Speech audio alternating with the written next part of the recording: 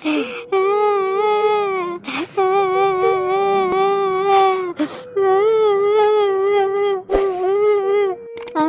ভাতার মরে গেল রে,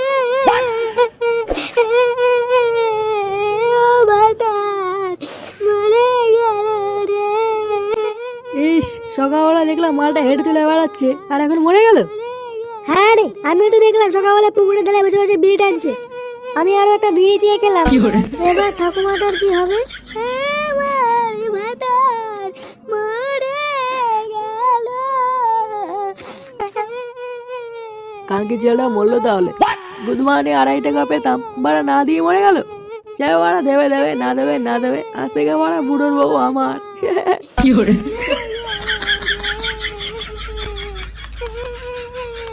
বলে গেল? ও যা বলে বলুক গিয়ে, ছাড় বাড়া।